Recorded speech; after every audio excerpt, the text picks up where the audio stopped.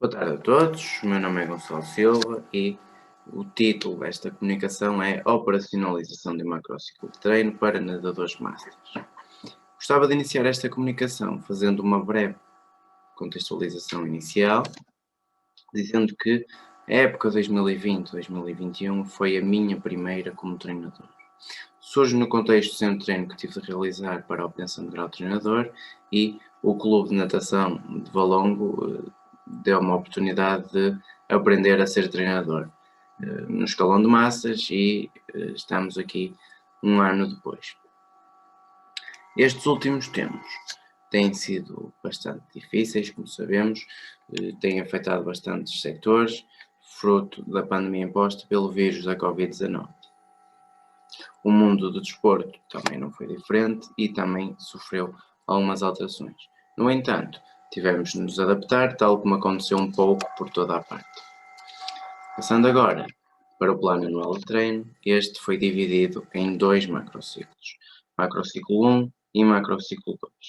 Utilizamos a periodização tradicional, preconizada por MATBF, utilizando uma periodização ondulatória. Geralmente eram 3 microciclos de sobrecarga progressiva e um microciclo de regeneração, como podemos ver aqui nestas linhas laranjas, que são a intensidade. Aproveito para dizer que a intensidade foi calculada tendo em conta as recomendações sugeridas pelo professor Pedro Figueiredo. Para a avaliação e controle de treino utilizamos distâncias de 200 e 800 metros para o cálculo da velocidade crítica. Estas avaliações da velocidade crítica eram realizadas no final de cada etapa. Como nós planeamos sempre com fim em mente e tendo em conta o calendário competitivo, e também porque sabemos que o nadador não consegue manter o pico de forma durante um período prolongado, nós fizemos ou tentamos fazer coincidir o pico de forma teórica do nadador com a competição. No macrociclo 1 era o caso do Open de inverno, que acabou por não se realizar, e no macrociclo 2 o Open de verão. Passando agora à divisão por etapas, vemos que na etapa de preparação geral o principal objetivo é a adaptação anatómica, com a exposição gradual à carga, trabalho aeróbio de intensidade baixa, para criarmos uma boa base de treino e fazer progredir nas diferentes etapas. Na etapa de preparação específica, a ênfase deixa de ser o desenvolvimento geral e passa a ser o desenvolvimento mais específico, com cargas mais anaeróbias, de competição e, claro, fazer aumentar a capacidade de trabalho do atleta.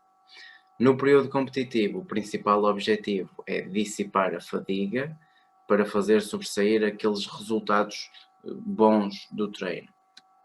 Para isso, diminuímos o volume e a intensidade absolutas, no entanto mantendo a intensidade relativa porque utilizamos métodos de treino competitivos. Utilizamos uma estratégia de tapering, preconizada pelo professor Inigo Morrica e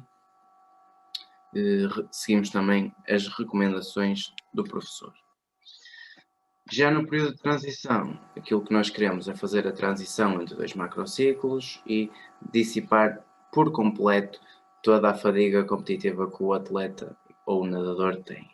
Para isso, relaxamos e regeneramos, diminuímos a carga, diminuindo a intensidade e o volume, e damos vários estímulos motores aquáticos. Polo aquático, natação sincronizada ou, por exemplo, natação de águas abertas. No primeiro macrociclo, este decorreu normalmente, até ao período competitivo, no entanto, o período competitivo não se verificou por causa das medidas impostas pelo governo. Por isso não conseguimos atestar se haviam melhorias positivas em competição derivado do treino. Seguiram-se 11 semanas de paragem até ao primeiro microciclo do segundo macrociclo. Este culminou no Open de verão e respeitou os mesmos princípios do primeiro. Mesma divisão por etapas e o mesmo método de avaliação e controle de treino, porque também era interessante para termos um termo de comparação entre o primeiro e o segundo macrociclo. Então, O segundo macrociclo foi apenas um pouco mais curto, tendo apenas 6 semanas de preparação geral, 7 de preparação específica, uma semana de taper, de acordo com as recomendações do professor Morrica, e 3 semanas de período de transição. Passando agora para a velocidade crítica, sabemos que, aliás, como foi dito anteriormente, recorremos a esta ferramenta para a avaliação do limiar anaeróbio dos nadadores. A velocidade crítica tornou-se muito útil em contexto de treino, porque nos ajuda a prescrever um treino aeróbio mais individualizado. Também se torna útil porque não são necessários equipamentos muito dispendiosos ou sofisticados para a obtenção da velocidade crítica, basta um cronómetro, e também não implica procedimentos de cálculo muito morosos ou complexos. A velocidade crítica foi calculada para todos os atletas, no entanto, apenas 4 estão aqui referenciados porque são os atletas que participaram no Open de verão. A velocidade crítica pré-confinamento é o maior valor de velocidade crítica que os nadadores tiveram no primeiro macrociclo, por isso este valor é o valor referência a atingir no segundo macrociclo. Aqui, cronologicamente, a primeira velocidade crítica pós-confinamento foi feita 4 microciclos após o início do segundo macrociclo e a segunda foi feita 8 microciclos após o início do segundo macrociclo. Por isso, da primeira para a segunda, estas são separadas por 4 microciclos. Por isso, como nós podemos reparar, os nadadores só atingem um valor semelhante na 8ª semana de treino. Mas aquilo que é interessante nós repararmos é que da primeira velocidade crítica pós-confinamento para a segunda são 4 semanas, ou seja, mais ou menos um mesociclo. E aquilo que é interessante é que atingiram um valor semelhante, ou seja, resultados positivos. Isso, quando comparado com a literatura existente, num estudo do professor Henrique Neiva, ainda este ano, o professor Henrique Neiva e os seus colaboradores atestaram que num mesociclo de treino é possível atingir ou obter resultados positivos, tal como nós obtivemos no nosso caso. Agora passando para a prova e para as melhorias em prova, aquilo que nós fizemos foi estimar tempos de treino tendo em conta a avaliação e controle de treino, o registro e a observação do treinador. E após a segunda avaliação da velocidade crítica, como nós recebemos a confirmação do Open, seguiram-se mais 4 semanas até à competição.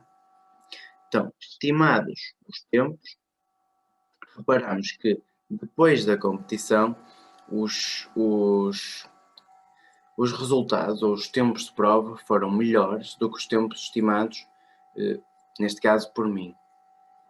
E após a prova foram calculadas as percentagens de melhoria para cada atleta e para cada prova específica, e podemos reparar que para cada sujeito há uma melhoria sempre positiva e a média total de melhoria é de 4%.